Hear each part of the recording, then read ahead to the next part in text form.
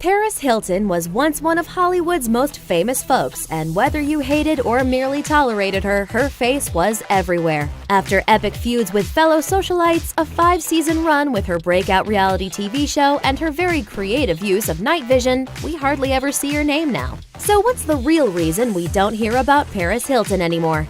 She built an empire. Between 2004 and 2016, Hilton released 20 different perfumes that earned an estimated $2 billion in profit. Hilton called her latest, Gold Rush, mature and very sophisticated, because nothing says sophisticated like a bottle with boobs, obviously.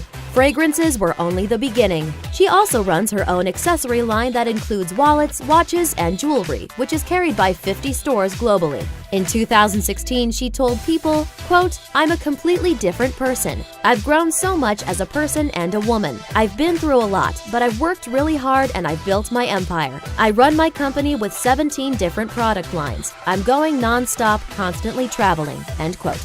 She's sort of a DJ. Hilton's top dollar DJ jobs keep her pretty occupied. In September 2016, Refinery29 reported that Hilton was paid $300,000 for a gig in Serbia.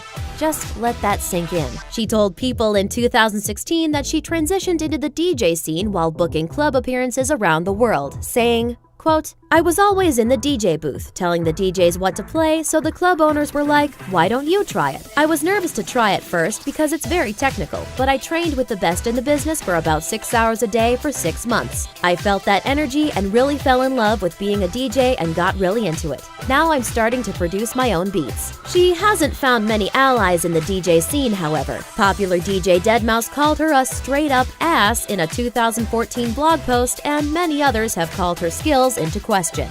Her movies are the worst. Like many people who are famous for doing nothing, Hilton attempted to legitimize her fame by appearing in a number of absolutely horrible movies. Her first real starring turn was in 2005's House of Wax, for which she earned the annual Golden Raspberry Award for Worst Supporting Actress and a rough 25% on Rotten Tomatoes. A year later, she followed up the effort with a direct-to-DVD Bottoms Up, co-starring Kevin Smith favorite Jason Mewes, which only scored 22% with Rotten Tomatoes audience. Her most serious offense, however, is the 2008 comedy, and we use that word lightly, The Hottie and the Naughty, which comes in at an amazing 4% on Rotten Tomatoes. It earned Hilton another 2 Razzies and spent some time on IMDb as the worst film of all time. It currently rests at about number 15, beaten by another Hilton gem, Pledge This, at number 6. She should probably just stick to perfume. She's made homophobic statements. In a 2012 recording obtained by Radar Online, Hilton was heard going on a homophobic diatribe in a taxi.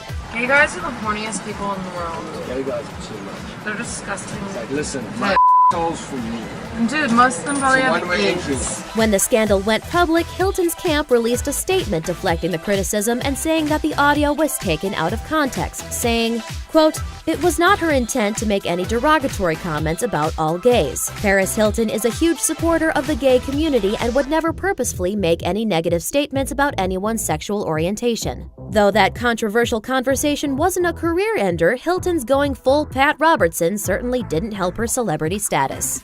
She's also made racist statements. In a 1999 interview with journalist Neil Strauss, an 18-year-old Hilton reportedly expressed disgust at the idea of dating a black man. In an excerpt of the interview, which was published in Strauss's book, Everyone Loves You When You're Dead, Hilton says she went on a date with a celebrity who starred in Saving Private Ryan, but after making out with him, they went somewhere with better lighting, and she realized he was black, so she made an excuse and left. That star?